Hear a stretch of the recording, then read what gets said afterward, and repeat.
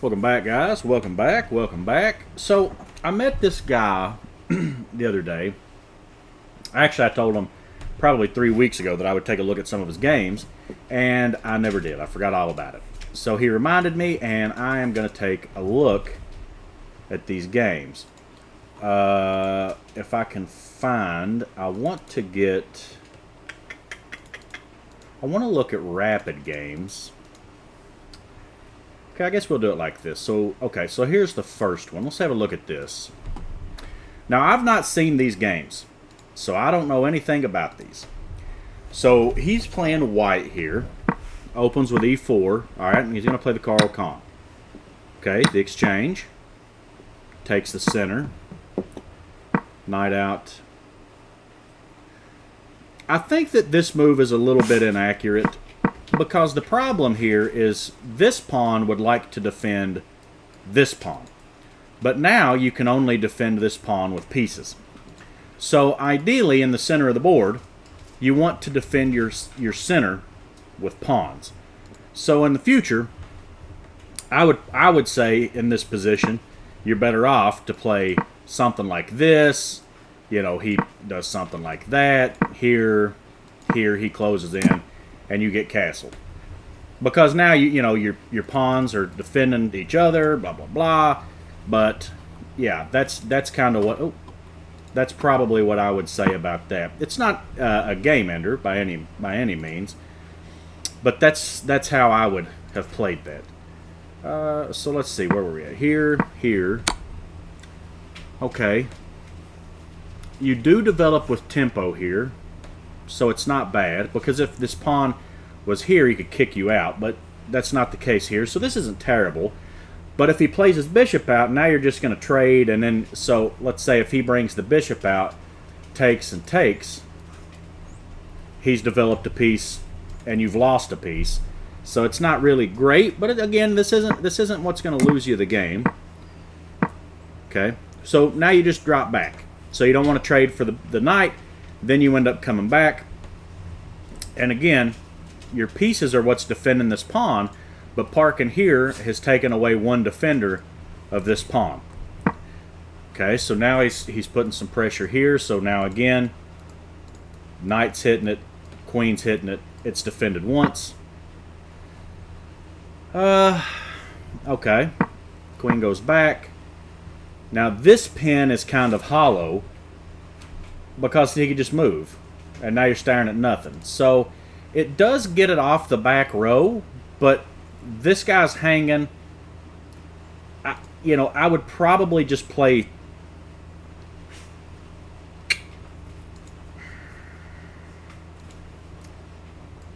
I guess it's not terrible, because you can't really go here, because then how do you get your knight out if he attacks it? So it's not awful. Okay. All right. Now that's a good move. Break down his pawn structure in front of his king. Now, something to think about in this position is you have damaged his structure, but he hasn't committed his king, so now he could put a lot of pressure down here with his pieces. So that opens a file for the rook.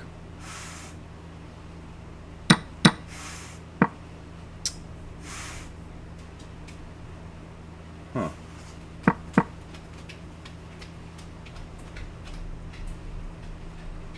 Okay. Alright, you hung a pawn. Now you're pinned to the rook. Eugh.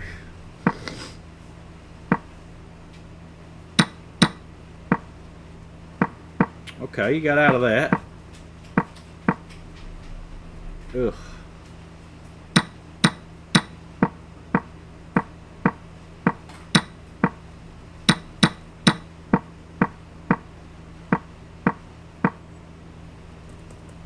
It's just the end of the game. Alright. So, objectively, I don't think it's that bad of a game. You had a couple of things that I would like. For example, I think that this move is really what got you, because you ended up, having to kind of dance around. You're fighting. You've got this guy hanging over here trying to defend that pawn. Whereas if you'd have played c3 in the beginning, you know, you wouldn't have had that problem. And you had this move here. I'm not sure what this is, because you're not stopping anything from coming in. I guess you are defending this guy. I don't really care for this. I would probably have tried to get my knight back out of here. Is what I would have done. But I mean, you know, the kind of the end of the game here is this.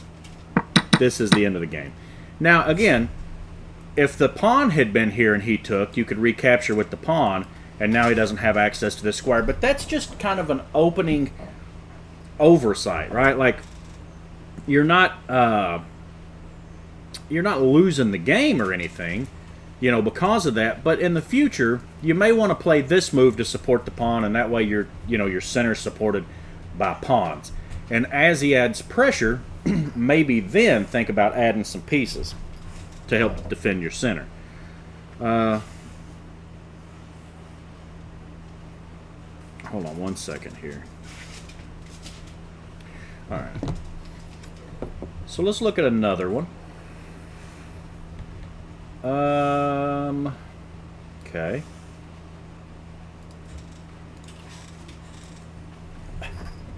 The damn dog got the door open somehow. Alright. So this game is a win. So what do we play here? Okay. Italian. Alright, that ain't bad. Okay. Okay. Alright. So, do you want to trade this dark squared bishop for this knight? Because which bishop in this position is your bad bishop? And what's your good bishop, right? All your pawns are on light squares, which is going to make it hard for this bishop to move around. Whereas all the dark squares are accessible to this bishop. So this bishop in this position is going to be your better bishop. So you don't really want to trade here. Again, this isn't the end of the world. You're not going to lose the game because of this. But ideally, you don't really know what you want to do yet with this bishop. So what's wrong with just bringing out your knight?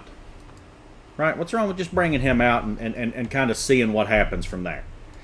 Because again, you know, maybe you want to play here. Maybe you want to go here, right? There's nothing wrong with just playing your knight out. Knights before bishops, generally speaking. Whereas here, takes, he develops his queen, and you lose a bishop.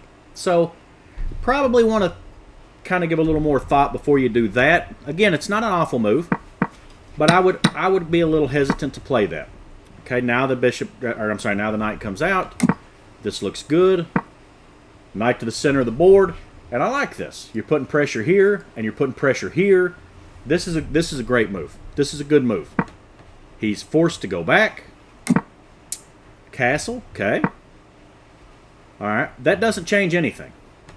So it lets him get this guy out, but not the end of the world. I mean, it's not, you know. Okay. All right, I see what you're doing.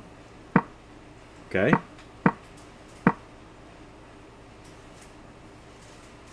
Huh.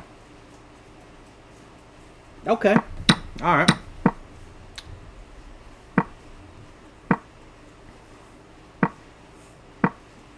Okay, get yourself a couple of bishops. I like this move a lot. Oh, shit. I like this a lot. I guess he could drop back. That is true. But this guy's going to be annoying because this bishop's just never going to get out of here. So I like this. Okay.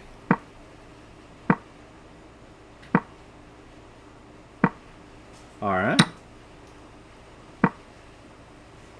I would have kept the pressure on this square here myself.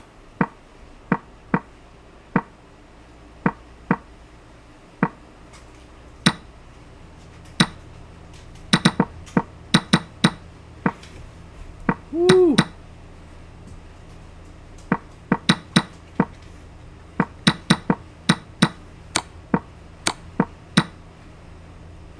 Oh, you were black in this one. You were black here. Okay. Okay. Well, hey, this, yeah, so you've played this well. Okay. Yeah. Keeping the tension. Okay. That's not awful for you. He weakens his structure. I like that. Okay. Okay. I'd probably plant the knight right here in the center, take this little outpost square, because he's not going to be able to easily kick him out. And it blocks any kind of pressure from your queen, his queen or rook. But this is a good conversion. Oh, he can't take back because you're queen. Yeah, this is just good. That's a great game, man. That's a good one. I don't really see anything really wrong with that for you, you know, that you've done wrong. A lot of blitz games here. I don't really want to go over the blitz games. Yeah, I don't want to go over the blitz games, because blitz, you just get into time trouble, and then you know. I don't know. I can't.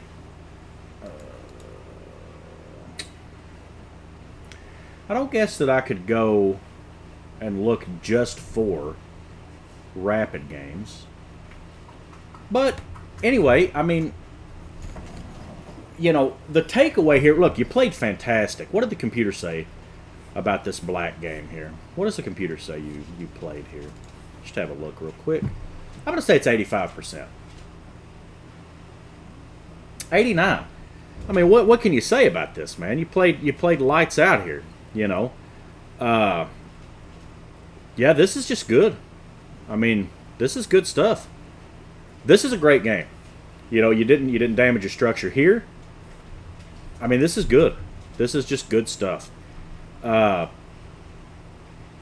This other game, like I said, I would be hesitant to trade my bishop.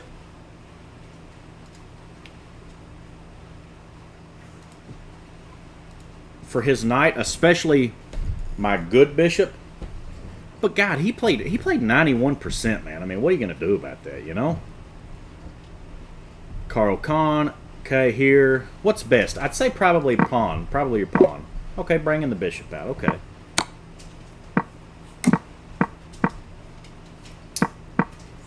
Okay.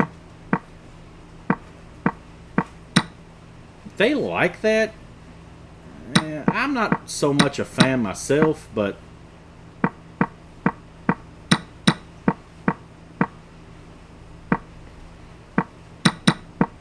that was a clever way to get out of that. I'll be honest with you. That was nice. You did trap your knight. Got to kind of be careful about that kind of thing. But this is also good too. You know, just be careful about, you know, when you jump a knight in, you always want to kind of ask yourself, can I get out? How can I get out? So especially if you're attacked. If you're currently attacked and you move to a square where it's also going to be attacked, you got to think, you know, how am I going to get out of here? But this guy played like a 1650, man. I mean, shit, this guy may have beat me. So, you know, I think you're playing good chess.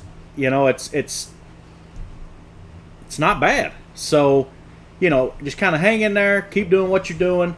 You know, maybe, like I said, that pawn move to support the other pawn, you might look a little deeper into the opening, because once you get to this level, like, you're almost 1100. So once you start getting here, people are starting to really understand their openings, and a small mistake, you know, could cause you some problems. So kind of polish up on your openings, really kind of try to look into the games that you lose and see what you've done wrong. I'd be a little more hesitant about trading off my knight for a bishop. But overall, I think you're playing good chess. I think you're playing really well. And, you know, I mean, you played one game with 89%. This game, you played 81%. From what I can see, the games I'm looking at, you're doing well. You're playing good, man. So keep it up. Keep up the good work, and you know, Elo is going to follow. So anyway, just wanted to take a look at these games, kind of walk through and you know, kind of give. I know you're 1055 here, right? Yeah, you're 1055. But still, you're almost 1100. So anyway, I wanted to take a look at these games for this guy, and maybe you guys could find some value in these games as well. And if you guys like that, like, comment, subscribe, all the things. See you guys in the next video. See you guys.